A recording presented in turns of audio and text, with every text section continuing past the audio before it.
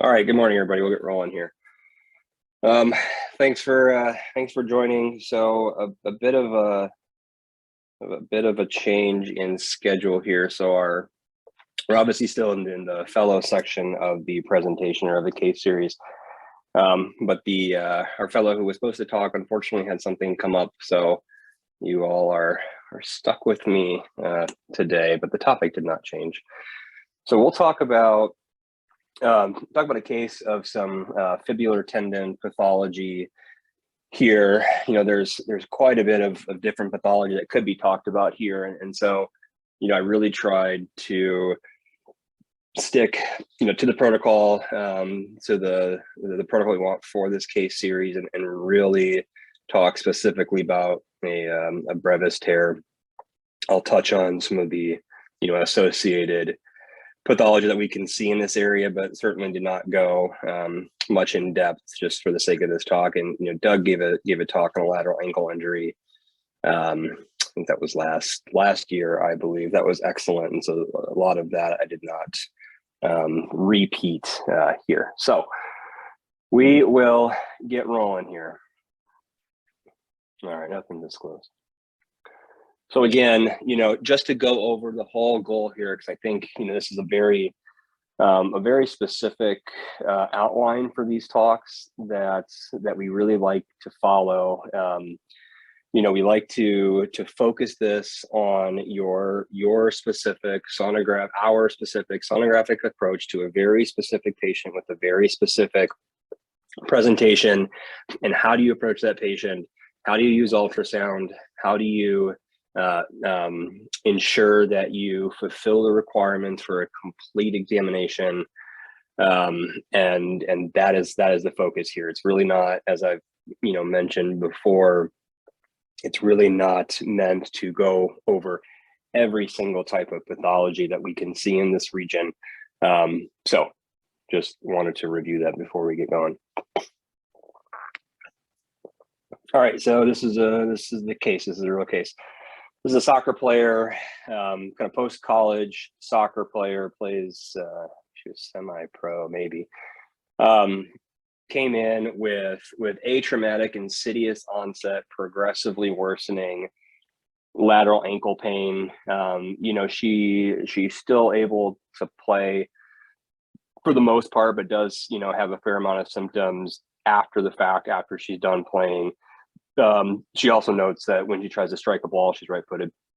When she tries to strike a long ball or strike a shot, symptoms get quite a bit worse. Most everything is localized to the lateral ankle, kind of within that retromalleolar groove. She does note some swelling in the area, but what is most concerning for her is that she'll often complain of snapping or popping when she walks. Folks can hear her as she's coming. So that's her complaint. That's her story. Examination, was fairly straightforward. Things from an inspection standpoint looked fine, looked fairly normal. She was primarily tender over her fibular tendons, posterior to her lateral malleolus.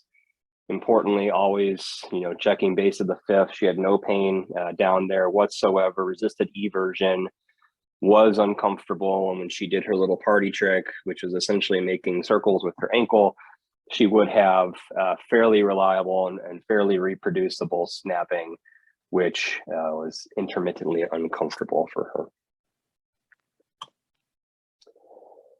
So lateral view, mortise view, nothing overly concerning here. She's got a little prominence in the posterior superior calcaneus.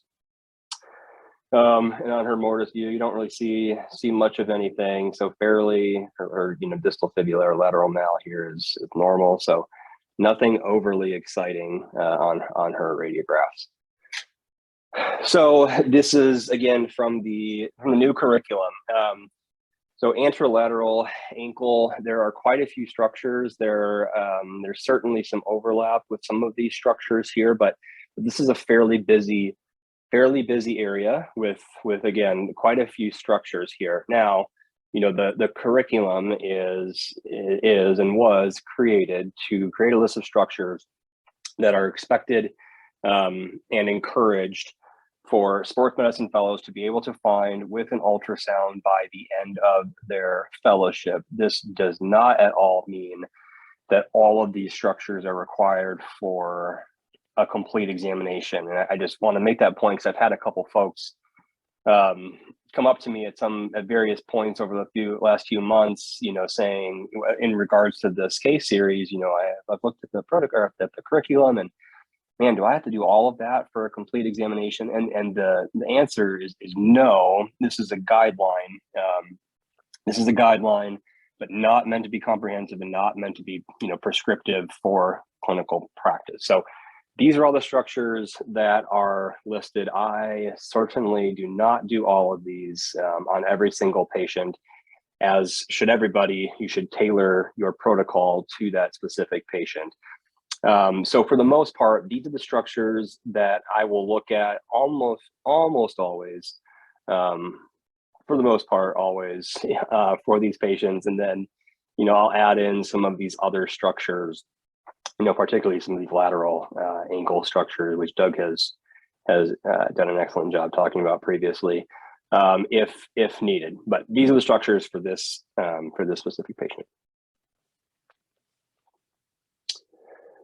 All right, so for my lateral ankle scan, I do say anterolateral because I'll very briefly take a look at the anterolateral, the anterior ankle joint. I think, and we've said this numerous times, I think it's important, looking at a joint with ultrasound. I know we always say ultrasound can't see any intra-articular pathology, but it can give you a quick glimpse into what may be happening in the joint.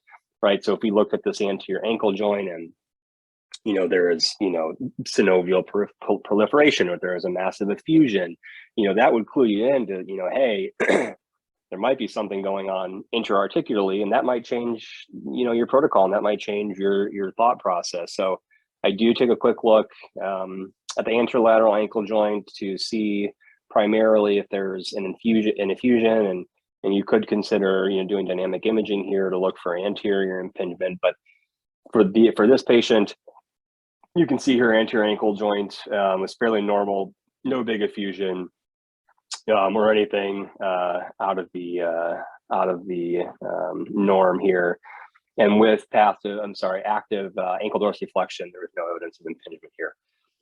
So since we're already at the anterior ankle, I'll often flip into essentially an anatomic axial here, just to look at the talar cartilage. Again, we can't see everything inside the joint, but this can give us a quick little glimpse. With the talar cartilage, sometimes you can pick up a little OCD or a cartilage lesion here. And so what you want to see is really nice, obviously nice, smooth hyperechoic bony cortex here, and this smooth, continuous anechoic line over top, which denotes the articular cartilage of the talus here. So this looks normal, but there have been times, in the past where you can pick up some sort of cartilage lesion here. So this patient, talar cartilage is normal with no evidence of cartilage defect. And again, I'll put, as we go through each structure, how I word my my diagnostic ultrasound report piece by piece here on the right side. And I guess I didn't mention up top here, I've got a general orientation of where my transducer is for these structures. Okay, so red boxes are not my patient. Non-red boxes are my patient. So after I take a quick look at the anterior joint and the cartilage of the talus, now I get into the bulk of my protocol for these patients. And so the first structure I'll look at here is the ATFL, which from a transducer orientation standpoint, for the most part, you're going to be in line or parallel to the base of the foot here. That's just a good starting point. And obviously you can make subtle transducer changes to really get oriented here, but that's a good starting point. And what you'll see here, and this is our patient in a normal state here. Fibula is on the right, talus on the left.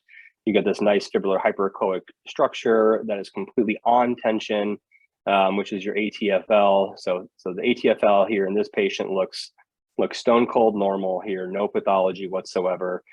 It is not uncommon, and actually I was a little surprised that this patient had an intact ATFL, because anybody who rolls their ankle, has any sort of inversion injury, we see this in soccer athletes all the time, it's fairly easy to blow through this ligament and, be deficient in that ligament. And that's what you can sometimes see. This is actually an acute rupture. Somebody came in a couple days after they rolled their ankle, and you see complete loss of that normal hyperechoic fibular structure here. And so, that's something that we'll commonly see. But regardless, in this patient, ATFL looked perfecto. So ATFL is intact, no tear, no edema. With stress imaging, so you can do this yourself if you have skilled hands, or you can have your athletic trainer or MA or whoever works with you can do a anterior drawer with you, so you can do stress imaging. But in this patient, stress imaging was normal. So the easiest way to get to the next structure, and this is what I'll typically do, is after a TFL, I'll look at a ITFL. And so you're already locked on fibula, right? So the posterior aspect of your transducer is locked on the fibula. You rotate your anterior transducer in a counterclockwise motion, which should move the transducer about 90 degrees. And then you get into this orientation here, and that should line you up nicely with the AITFL. This is the normal appearance here. So again, nice hyperechoic fibular structure in this athlete. This is a normal looking ligament. You often have to heel or toe in to flatten the structure out to get your best image. There's often a little vessel sitting over top. So in our athlete, things look great. Again, just a correlative image of what pathology can look like. So this is an AITFL, excuse me. And you can see on the lateral, the fibular component here, you've got hypoechoic thickening, loss of fibular architecture. So this would be, consistent with a stretch injury or a sprain. Excuse me, but the ligament is certainly intact here, no doubt about it. Stress imaging, there are two ways to do it. You can do a proximal tib-fib squeeze, which is really hard to do by yourself while imaging, especially if somebody's leg is normal sized or even greater than normal sized. And, the amount of force that you're getting down at the syndesmosis, at the AITFL with proximal tib-fib squeeze is probably not the best, but it is one way to stress this area. The other thing you can do, which I think most of us will do, is an external rotation stress test, which really drives, the talus up into that mortise, and that will, attempt essentially to gap the distal tibia and fibula and really stretch this ligament. So two ways to do stress imaging. I personally think the external rotation stress test is probably a higher yield stress test to do here. So for this patient, AITFL, normal, intact, no tear, no instability with stress imaging here. So after I do fibular tendons, next structure, as you continue to slide around the corner, around the lateral malleolus, next structure that you can fairly reliably see here is the calcaneofibular ligament. And so, we always talk about this creating essentially a hammock for the fibular tendons. So you can see fibular tendons up top here, this hyperechoic linear structure here, this is the CFL. And you can also stress image this. You can do a Taylor tilt to confirm that you're on CFL. You can essentially just dorsiflex and then plantar flex the ankle, and that will bring that ligament on tension. And again, in a neutral state, it's a bit lax here, and it creates a hammock for the fibular tendons. So for our athletes, for this patient, CFL looks normal. Again, you can see pathology here. This actually was not all that long ago. This was an athlete that had an inversion ankle injury. She blew through her CFL here, so you can see complete loss of continuity of that ligament here. I should have included a video, but with Taylor tilt here, I mean this opened wide up, and there was a fairly significant gapping here. So pathology, at least from what I have seen, is not super common here. I don't see a ton of it, but it is something that can happen. So something to keep in mind. So CFL intact, no tear, no instability for our patient with stress imaging. Now, conveniently, once you're down here, once you're looking at CFL, you should be right in the area of the subtalar joint. So that's my next structure that I'll look at. here, just to orient yourself. Posterior is over here. Here's fibular tendons. CFL is coming in over here, and this region here is the subtalar joint. So you can see the periphery of the joint. You can assess for an effusion. You can assess for any osteophytosis or degenerative changes. In our athlete, it was normal, but again, red box, not my athlete, or I'm sorry, not this athlete. You can see effusive changes or degenerative changes in this region, but in this particular athlete, things were wonderful, normal, no degenerative changes, and no effusion. Next for me, I will slide posterior and start taking a look at some of the nerves in this region. So the sural nerve is fairly easy to find here. You just slide, posterior to the lateral mal. It should be sitting, somewhere between the Achilles tendon and the fibular tendons. One landmark here that can really be helpful if you're struggling to find this is the small or the lesser saphenous vein, which usually sits right next to the sural nerve.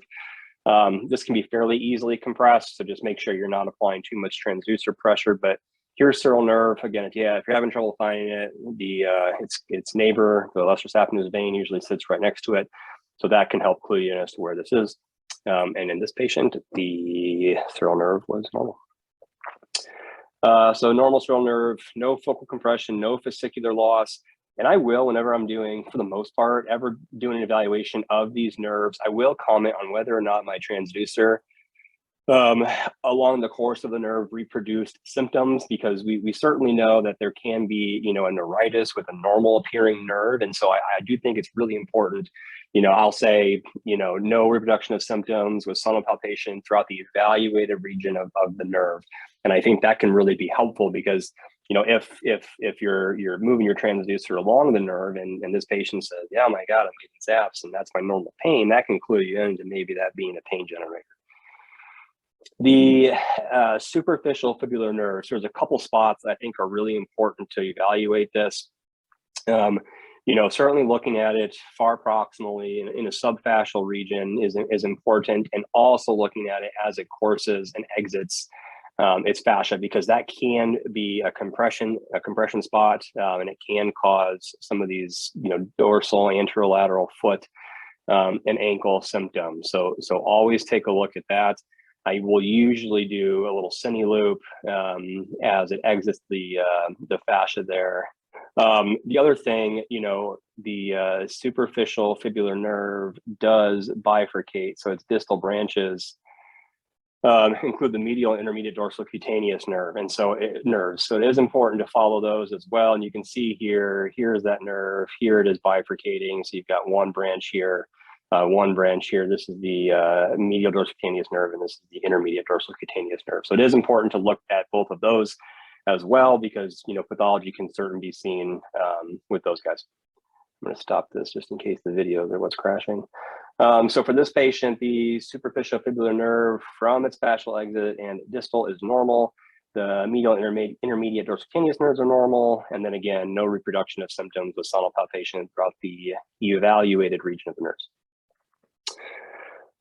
This is just a separate patient here. So you can see this is close to where the nerve is exiting it's at its fascial exit, excuse me. You can see some compression with proximal focal hypoechoic swelling and fascicular loss there. So just, again, something to keep in mind there. Next on my protocol is the deep fibular nerve. I'll typically take a look at this at the anterior ankle, and I'll follow it distally as far as I find clinically relevant.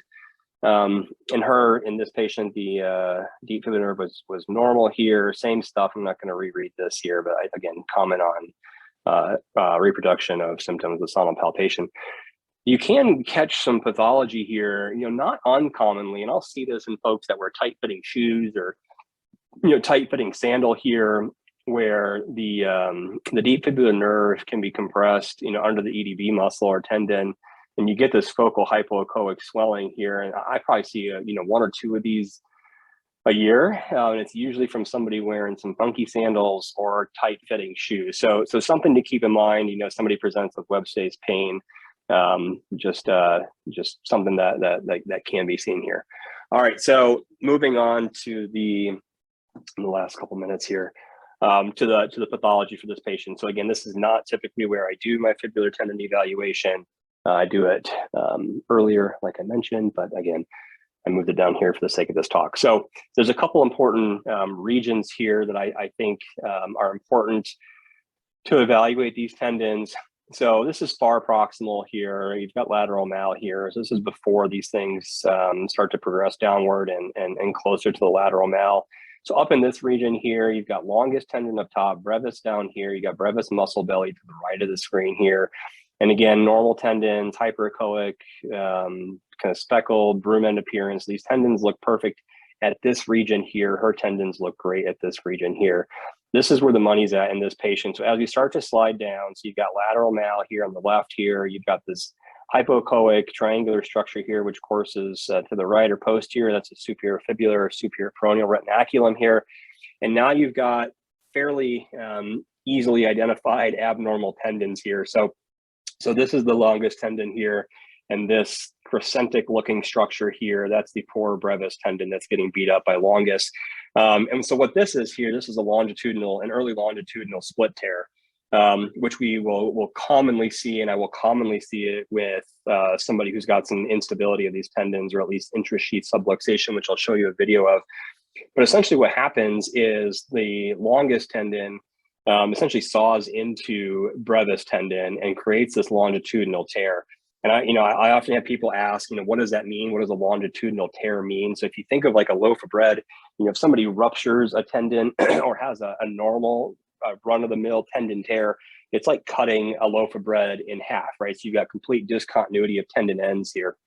Versus a longitudinal tear, think of like going to whatever your favorite sandwich shop is, right, and ordering a foot long or a 6-inch, and they cut the bread lengthwise. So the bread remains in continuity, but one surface of the bread is essentially being cut open and starts to open up. And that, I think, is at least my best analogy for what a split tear looks like. So in a normal state, so here's one end of brevis tendon, here's the other end of brevis tendon. So these should be in continuity. This and this should be connecting. So again, this tendon, the longest tendon, is essentially sawing into that tendon, opening it up or detubularizing that tendon. Continuing to follow it down, and it's important, these tendons do take a bit of a turn here, so you got to rotate your transducer as you're rounding the corner here. I'll also look at these at the fibular peroneal tubercle here and take a look at these tendons, which are not all that impressive down in this region. Again, this retromalleolar groove is where the money's at. And then I will also look at the brevis insertion on the base of the fifth here. Something to keep in mind, there is an additional structure outside of the Fibularis Brevis tendon that inserts here the lateral cord of the plantar fascia. Also inserts in the base of the fifth. There's something to keep in mind when you're evaluating that region, because not all base of the fifth pain is stress fracture or distal brevis. It could be, and I see this a number of times a year, it could be distal lateral cord plantar fasciopathy. All right, so I mentioned stress imaging here, so you can either have them do their party trick, or you can have them dorsiflex, evert, plantar flex back to neutral, and you can look for the stability of the tendons. If this is anything like previously, this might crash. If it does, we'll just keep moving. But as you have them dynamically move, you can very clearly see longus and brevis tendons snapping around each other. And in fact, you see brevis trying to escape anteriorly here, so you see it pop up there. But this hypoechoic or a relatively anechoic structure here that is tented, that's the SPR, SFR. So that is competent in this patient, and it's keeping the tendons located posteriorly. But there is intrasheath subluxation, meaning these tendons are dancing around each other. All right, so a lot for this report. So the longest tendon is essentially normal. There's crescentic deformation of the brevis tendon, the retromalleolar groove consistent with the early longitudinal split tear. Again, I also comment the fibular tubercle, so the tendons are normal at the tubercle, and the distal brevis insertion at the base of the fifth is normal. I think it's important to talk about a sheath effusion, so no anechoic sheath effusion, no Doppler in that area. The SFR is thickened and edematous but intact with dynamic imaging. There's intrasheath subluxation. However, the tendons remain located posterior to the lateral malleolus. So I always comment on that because, when we talk about tendon instability, at least for the fibular tendons, that could mean that there's intrasheath subluxation, which the treatment of that is a fair bit different than if there's, complete anterior dislocation. So I always describe what I'm talking about with instability of these tendons. And I also comment on whether or not the instability, the subluxation and or dislocation, if present, if that reproduces the patient's symptoms. And in this patient, it did. So here's my report. Pretty straightforward to most everything that y'all have seen from prior talks here. So the encounter date, who sent them over, where it was done, why we did it, study type. I clearly can't spell, so that's good. So for the most part, these should be complete. What machine, what transducer I use, comparison studies. My findings are usually in somewhat of a prose form here, and then I summarize down in the summary to provide bulleted points in case somebody doesn't want to read all this here. So, Elphine, that is it. Sorry about the crashing. I don't know why that does that, but anyways, that's what I got. I will turn it over to Doug if you have any points you'd like to make. Yeah, nice job, Brian. Hit all the important points, protocol based, as we've been emphasizing. Common problem. So we should all be familiar with that if we're treating ankles and certainly evaluating them with ultrasound. You know, I mean, the advantage of ultrasound is its resolution and dynamic capabilities, as well as just the personal interaction. The disadvantage is the contrast sometimes, and it's hard. And I find with brevis split tears, they can be hard to diagnose, and especially if they're actually split and the fibularis longus is in between them. And it's hard sometimes for me to tell the difference between whether that's this thickened tissue within the tendon sheath or the compartment of the peroneal tendons or fibular tendons versus an actual split tear. So one of the tricks I do is not only scan repeatedly proximal to distal, but I scan distal to proximal, because often the split tear doesn't go all the way to the inferior retinaculum. And so now you can trace it back. And I have found that a helpful trick for me in diagnosing a split tear. Certainly ultrasound has taught us that a lot of these can be related to subluxation, or even if there's not a tear, that many people internally sublux, which can cause either, as you point out, a split tear or tendinosis. The other thing I see with split tears is, or even before split tears, is this horseshoe shape of the fibularis brevis, and something particularly in older people, meaning my age, they often will take on this horseshoe shape, and then I see tiny little split just starting, and you can just see that this pathomechanics of a split tear developing, and occasionally I've called that an impending or early split tear when so a lot of people will have this horseshoe shape. They will also have it on the asymptomatic contralateral side. And again, probably going back to the mechanism that you discussed. Just a couple other quick points. One is to emphasize what you said about the insertion of the fibularis brevis onto the base of the fifth metatarsal. And for every one person I see with pathology adding an insertional fibularis brevis onto the base of the fifth, I probably see 5 lateral cord problems. So the fibularis brevis has a less stout attachment, and the attachment is 12 o'clock on the face of a clock, where it probably goes actually from 11 o'clock to 1 o'clock, whereas the lateral cord of the plantar fascia goes from about 1 o'clock to 6 o'clock.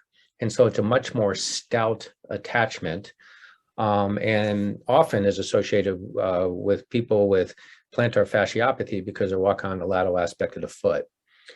So I just want to highlight that. I know that wasn't a talk on the lateral cord, but that's an important structure to evaluate with the insertion of the brevis. And then lastly, when you were talking about the deep peroneal nerve, you showed it going under the extensor digitorum brevis. And just for people that want to get more proficient in ultrasound, and I've said this before, but if you can understand the extensor digitorum brevis muscle, its attachments, its insertions, its course through the foot, you will up your game in the foot and ankle because it's unavoidable if you're scanning the lateral aspect of the foot and ankle. And so by becoming familiar with this muscle, which is not talked about a lot, you will have a better command of anatomy. So that's what I have. Any other comments, Ryan? Yeah, I don't I don't think so. I think your point about, you know, the degree of brevis pathology, I really do think lives on a continuum or on a spectrum. And, you know, from normal, obviously, to, you know, run-of-the-mill tendinosis, to this crescentic deformation, to an early split tear, to a complete split tear. I think there's a lot of crossover, and it can, like you said, it can be really tough to tell if, you know, somebody just has that deformation, that horseshoe shape, like you called it, versus if there's truly splitting or tearing in that tendon. And like you said, dynamic imaging can be really helpful, and, you know, making multiple sweeps, proximal and distal or cranial and caudal, can be really helpful. But like, it's certainly not a slam dunk easy call to make in many instances. So Doug, do you, when you are scanning your lateral ankle, I could probably go back to your old talk, but, you know, do you routinely include sinus tarsi, cervical ligaments, bifurcate ligament? Is that, for you, is that standard for your lateral ankle scan, or is that only based on your clinical question? So I do include lateral subtalar joint, which you included, and I do include a image of the sinus tarsi. Okay. And in the sinus tarsi, if there's a lateral ankle injury, you're obviously getting a look at the anterior process of the calcaneus. And so I'll quickly, scan lateral to medial, medial to lateral in the sinus tarsi itself. I don't routinely scan the cervical ligament unless there is a clinical reason to do that. I don't think it's ever been actually published a tear of the cervical ligament diagnosed by ultrasound. And so we certainly can find that ligament. It takes a little practice, but I don't know if I've ever documented a tear of the cervical ligament, sonographically. But yes, I do include that. And the other image I include, so, we've talked about this a lot. I do those anterior ankle images, but I also do a coronal medially of the medial tibiotalar and talocalcaneal joints, because a lot of times lateral pathology or lateral problems can be related to a coalition, and the talocalcaneal coalition can be hard to see on radiographs. And so particularly if this is a 14 or 15-year-old that's inverting their ankle and they have lateral ankle pain, and you're just doing the lateral ankle exam, about once a year I see an unsuspected coalition. So it's not rare. So that's the only other image I put in my protocol. Great, thank you. The other quick point is you put ATFL first, and that's what I do as well. But I've started actually to include that in my medial protocol, or just look at it, because as well as ATIFL, because some instability of the ATFL can affect anything in the ankle, really, including medial structures, including the medial tibiotalar joint. They can get low-grade synovitis there. They can get little bony fragments with instability. So I've started including the ATFL with even my medial protocol. Great, thank you. And I think that just highlights the point that, we have our protocols, right? But we should also tailor them to the specific question of that patient. So, all right. Well, thanks everybody. Sorry again for the crashing issues. So we're a bit off schedule here as we finish up. We had, for this chapter or season of the presentation, we had a ton of fellows that were excited and wanted to present. And so we are not off next week. We're actually going to have another talk next week and then the following week, and that will conclude the fellow portion of this. And then we will get back started early August. So we'll just continue right along with the next staff presentation. So next Friday, which I believe is the 8th, Amanda Stanton, who was previously at Geisinger, obviously has finished her fellowship.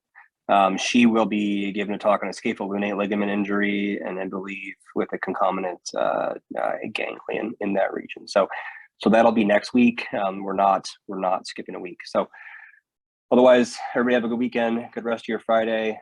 Stay safe, enjoy the summer, and we'll talk to you all soon.